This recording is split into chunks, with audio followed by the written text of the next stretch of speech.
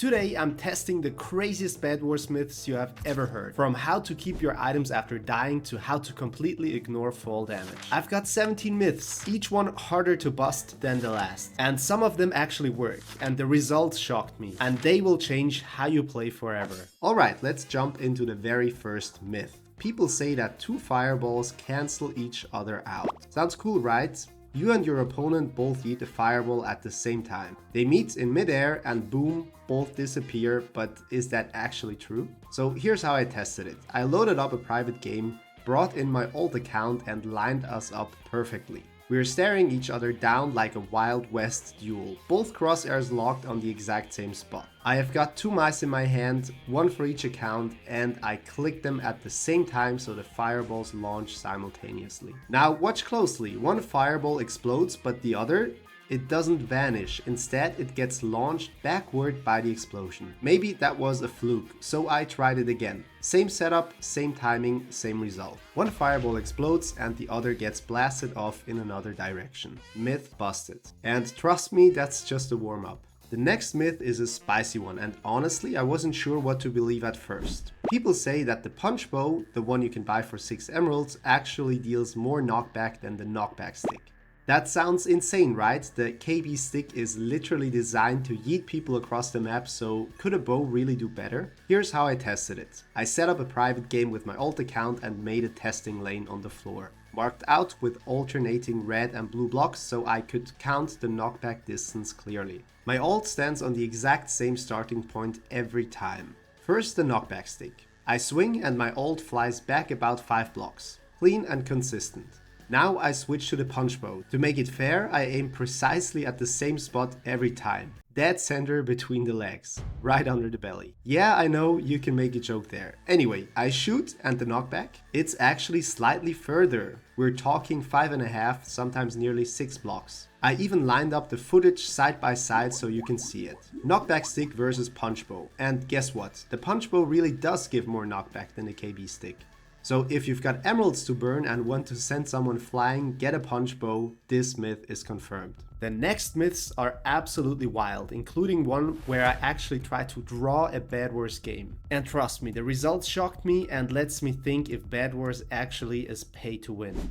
Now on to the third myth, and this one can actually save your life if you do it right. People claim that when you block hit, you only receive half the damage. If that's true, it's a game changer. So I tested it. My main and alt accounts start trading hits at the exact same time. On one account I'm block hitting and on the other I'm just swinging normally. From the POV of the block hitting account, you can see the difference immediately. The other player dies first while I still have about 4 hearts left. That's a huge survival gap. But it's not always exactly half. By rewatching the footage carefully, I noticed it depends on the timing. If you block perfectly, like frame perfect, you take only 1 heart of damage instead of 2. But if your timing is slightly off, you take the full 2 hearts of damage. So the sweet spot is very precise. To confirm it, I just held block without even swinging. And yep, every single hit only dealt 1 heart comparing to the usual 2. So yeah, the myth is confirmed. Block hitting reduces incoming damage by half. But only if you do it at the right moment. Nail that timing and it can literally be the difference between clutching a fight or getting eliminated. And that's just the beginning. The next myth might change the way you think about armor upgrades forever. Alright, time for the fourth myth. And this one is all about armor upgrades. You've probably heard people say every time you upgrade your armor in Bedwars, you can tank exactly 1 more hit. Sounds pretty simple, right? But is it actually true? Let's find it out. I started with no upgrades, just the default leather armor. With a wooden sword, I counted exactly 6 hits before my health bar dropped to 0. 6, clean and done. Now I upgrade to chainmail. Same setup, same sword, let's count. 1, 2, 3, 4, 5, 6, 7. Boom, 7 hits. That's 1 extra, just like the myth says. Onto iron armor. Once again, I take hit after hit. 8 hits total before I die. And now for the big one, diamond armor. This time I was almost expecting something different, but nope, 9 hits. Exactly 1 extra for each upgrade. Leather 6, chain 7, iron 8 and diamond 9. So yeah, this one is confirmed. Now the fifth myth is one that I've heard countless times in sweaty lobbies. Upgrading your pickaxe cuts the time to mine obsidian in half. Is that true? If that is true, it could change how you approach those high stakes base rushes. So I tested it. First, I bought a regular iron pickaxe and started mining obsidian. Stopwatch on, it takes about 23 seconds to break one block. That's a long time when someone is respawning and rushing straight at you. Next, I upgraded to a gold pickaxe. Same test, same setup. This time it only took around 12 seconds. That's almost exactly half. Already that's a huge difference, but let's push it further. Diamond pickaxe. The best you can buy, stopwatch again, 5 seconds flat. That's insane. And this is why the myth matters. When you kill an enemy or knock them into the void, you usually have just a few seconds before they respawn. With a diamond pickaxe, that's enough time to shred through their obsidian and break the bed before they can stop you. So yeah, this myth is absolutely confirmed. Upgrading your pickaxe doesn't just make mining faster, it can decide whether you break a bed or get caught in the act. And speaking of taking damage, what if I told you your armor doesn't matter at all when it comes to fall damage? That's the next myth. Okay, myth number 6, and this one really surprised me the first time I tested it. The claim is that your armor has zero effect on fall damage. In other words, no matter if you're rocking leather or full diamond, if you fall from the same height, you'll take the same exact damage. Sounds kind of unfair, right? Let's put it to the test. I started with the basics.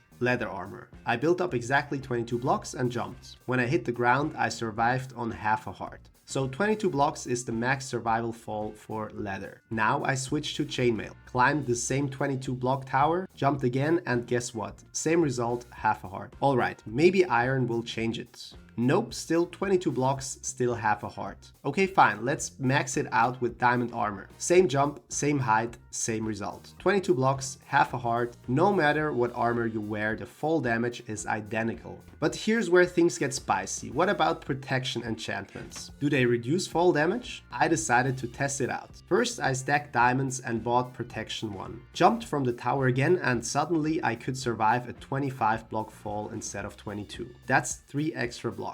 Protection 2, now I was surviving 30 blocks. Protection 3, I went all the way up, jumped and survived 38 blocks. A massive fall. The only reason I didn't test protection 4 was because the map wasn't tall enough. Myth confirmed, but with a twist. Now onto myth number 7, and this one could literally decide the outcome of a final 1v1. The myth is that it's possible for both players to die at the exact same time, which would mean the game ends in a draw. But is that even possible in Bedwars? I tested a bunch of scenarios. So first I had to come up with an idea how to die exactly at the same time. So the first idea was that my alt account and I stood on the exact same block with no beds left. I mined the block and we both fell into the void. From my POV it looked like we dropped together, but I was actually further down. But when the death screen popped up, I won. Tried it again with the alt mining the block and the same thing happened. I still won. So apparently it doesn't matter who mines, it always chooses one winner.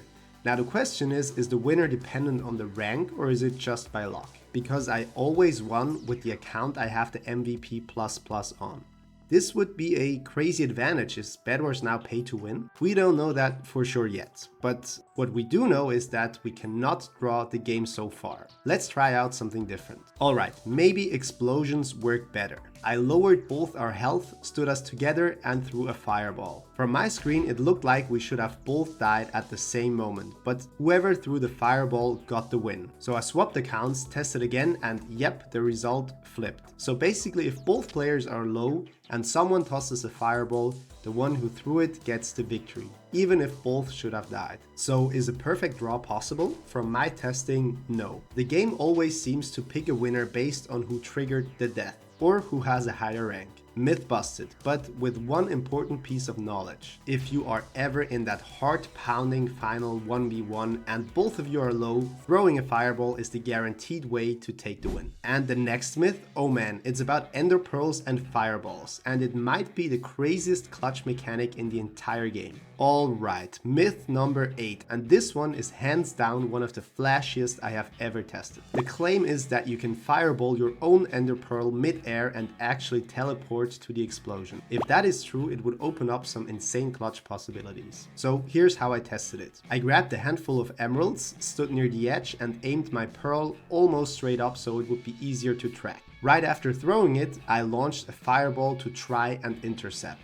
But I missed. I had to try it again. So same setup and You're not gonna believe this, it actually worked. The pearl got blasted and I teleported high into the air where the fireball connected. The first time I pulled it off, I stood still and aimed perfectly, but then I wondered, could this actually be used in a real game to clutch when you're falling into the void? Imagine you're too far down to pearl onto a platform. What if you could fireball your pearl upward to save yourself? I spent way too much time testing this. About 30 pearls wasted, my old account constantly disconnecting from AFK, and a ton of frustration. It's insanely hard to pull off, but if you nail the timing, you can absolutely clutch with a fireball and a pearl. Let me know if you want me to use this in a real Bedwars game. So yeah, myth confirmed, and honestly, this one might be the flashiest way to save your life in Bedwars. Now, myth number 9 takes it a step further. What if instead of a fireball, you use a bridge egg to hit your pearl? Or even an arrow? Let's find out. I gathered the resources, bought a pearl and a bridge egg and tried throwing them together. First pearl in the air and then the bridge egg right after. At first it didn't look like anything happened, but then out of nowhere I got teleported to the very top of the map. Literally at build height where the pearl had landed on the new blocks the egg created.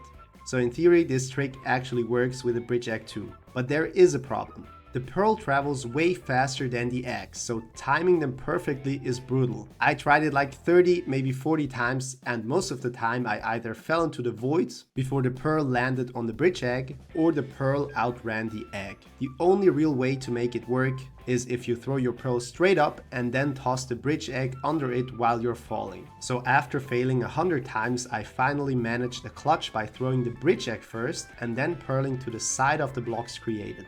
And yeah, it worked. In theory, you could save yourself from anywhere on the map like this, as long as you've got the timing and quick reflexes. So pearl plus bridge egg myth is possible but insanely difficult. And as for arrows, I tested it too, and nope, it doesn't work. I even checked the hitboxes in replay mode, the arrow hit the pearl dead on, but nothing happened, so arrows are a no-go. Fireballs and bridge eggs confirmed, arrows busted. And the next myth, it's about sharpness, axes and extra damage. And this one had me double checking the numbers. Alright, myth number 10. This one's a classic debate. Does sharpness apply to axes in Bedwars 1.8? Most people assume sharpness only buffs swords, but if it secretly works on axes too, that could totally change early game rushing. So I tested it. First I grabbed a plain wooden axe. Its base attack damage is 3. I swung at my old account and his health dropped from 20 to about 17. Perfect, 3 damage as expected. Now I went over to the shop, upgraded with sharpness 1, and suddenly my axe had its stats changed. Plus 4.25 attack damage. Interesting, that means sharpness actually added 1.25 more. Time to test again, I hit my ult, and this time his health dropped from 20 to 16. That's 4 damage instead of 3. Exactly what the numbers promised if rounded. So yeah, myth confirmed. Sharpness absolutely makes an axe stronger in Bedwars 1.8. Now on to number 11, and this one isn't just fun trivia, it's actually really useful. How much damage do bedbugs and dream defenders really deal against different armor types? So I set up another test with my old account, spawning silverfish and iron golems while I swapped between armor sets. So first, leather armor. The bedbug nibbles at me and wow, each hit does a full heart of damage. That means if you don't upgrade armor early, a handful of bedbugs can literally kill you by themselves. Plus, they add knockback and mess up your aim, so they are way more dangerous than people think. Now what about the Dream Defender, the Iron Golem? With leather armor, one swing chunked me for 3.5 hearts, and because of the little bit of fall damage it causes, it rounds out to almost 4 hearts per hit. That means you're a 3-hit kill to a golem. That's terrifying, but also fair considering they cost 120 iron. Next up, chainmail armor. The silverfish now deals between half a heart and 1 heart of damage. Call it about 0.75 damage per bite. Much safer. And the iron golem? 2.5 hearts plus a bit of fall damage, so around 3 total. That turns you into a 4-hit instead of a 3. Already a lot better. And iron armor?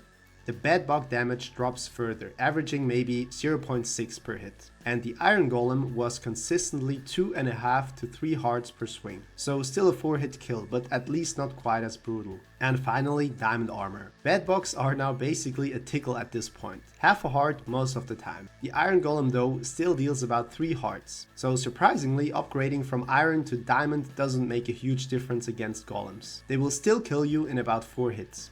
So the takeaways. Bedbugs are deadly in early game if your opponent is stuck in leather. Dream Defenders are always dangerous, no matter what armor you're wearing. So late game they are absolutely broken on fast iron maps. Myth confirmed, and honestly, Bedbugs are way more underrated than people think. And speaking of armor, our next myth is about whether armor protects you from TNT and fireball blasts. Alright, number 12, and this one ties directly into those sweaty base defenses. The claim is that armor reduces blast damage from TNT and fireballs. Now this is interesting because earlier we proved armor doesn't affect fall damage, so would it actually protect you from explosions? Let's see. I set up a test with TNT. With just leather armor, I placed the TNT, stood next to it, and boom, lost 4 health points, exactly 2 hearts. Pretty painful, but manageable. Now I switched to full diamond armor, same setup, same distance. The TNT went off and I only lost half a heart.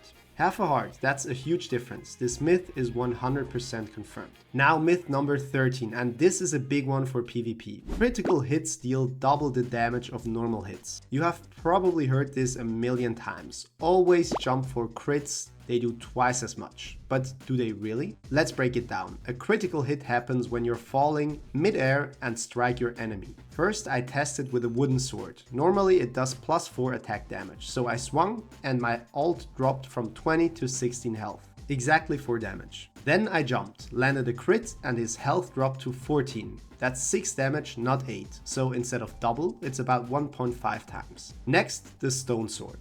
Base damage is 5. A regular hit dropped him to 15, as expected. A critical hit, down to 13. That's 7 damage, again about 50% more, not double. Iron sword time. 6 base damage, so a normal hit leaves him at 14. Critical hit, down to 12.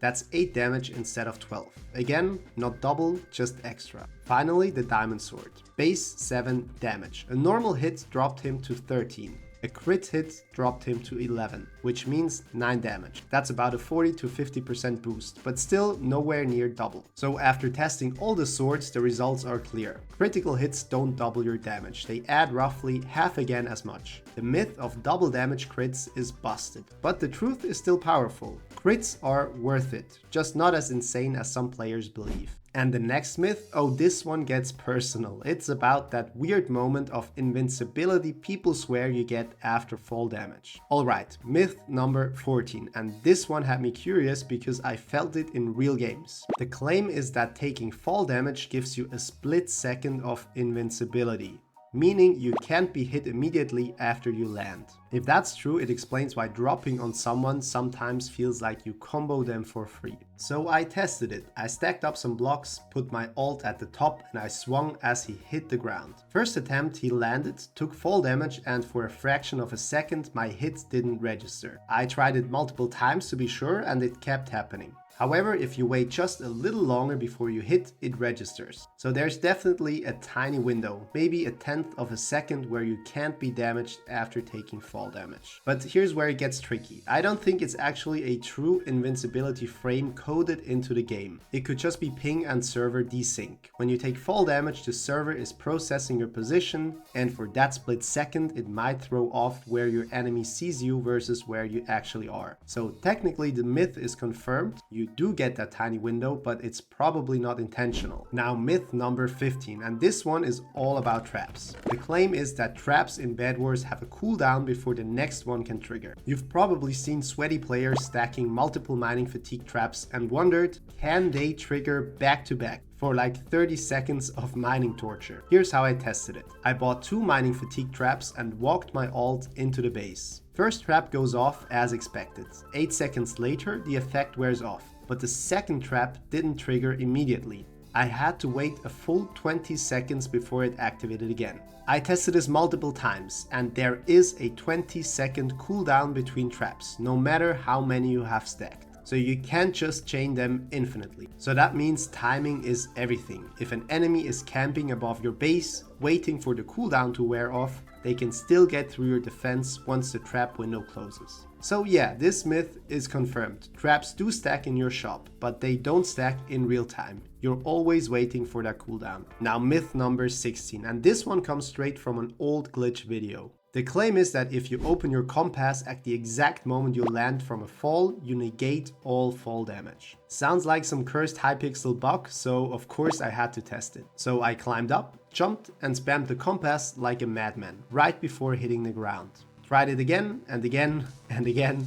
30 tries later, I was still pancaked every single time. If it ever worked back in the day, it definitely doesn't now. Myth busted. But wait, the same old video mentioned a second glitch. Placing a ghost block mid-fall supposedly cancels fall damage too. You create a ghost block by spamming left click so the server thinks there is a block, even if it doesn't fully place. So I tried it. I jumped, spammed blocks, landed on the ghost, and yeah, I still took full fall damage. Tried it a few more times just to be sure, and every time my health jumped down like normal. Looks like Hypixel patched that ages ago. So both of those glitches busted. No free fall damage cancels for you. And the next myth, it's about keeping your items even after you die, which honestly sounds too good to be true. Alright, number 17. And this one is wild if it's true. The claim is that you can keep your items after dying if the enemy who killed you also dies right after. Sounds like some Hypixel loophole magic, right? Let's see. So first I tried the simple way. We towered up, traded hits, and I let myself die first. And then my ult jumped down and died of fall damage when I respawned. And I hoped that the server would register that I had killed him and give me the drops back. But nope, Hypixel just marked it as my ult died, not that I killed him. No items returned. Okay, maybe it works if he dies in the void, so I repeated the test, we fought, he knocked me into the void, I died, and then he jumps after me. But again, nothing. Hypixel didn't count it as a kill for me. It just said he fell into the void, still no items. But I didn't give up, I had another idea. What if the game needs to register some kind of damage from me right before I die? So I placed the TNT, let my ult hit me off, and while I fell, the TNT exploded and tagged him with damage. I died first, respawned, and then he jumped into the void. And this time, boom, I got all my items back. So the trick is you need to damage your killer with something that lingers, like TNT, before you die. Myth confirmed, but only if you set it up right. This video took forever to make. Between farming emeralds, getting kicked for AFK on my alt account, and running the same test 30 times just to be absolutely sure. But I wanted to make it as entertaining and useful as possible. So if you learned something new, or if you had one of those "oh, that's why" moments, do me a favor, drop a like and maybe even subscribe. That's what keeps me motivated to keep busting myths for you guys. And now I want to hear from you. What's the craziest Bedwars myth you have ever heard? Drop it in the comments because I read all of them and I might feature your idea in the next episode. Imagine your myth getting tested right here on the channel. That would be sick. So thanks for watching, you legends. Stay sweaty, stay clutch, and I will see you in the next one.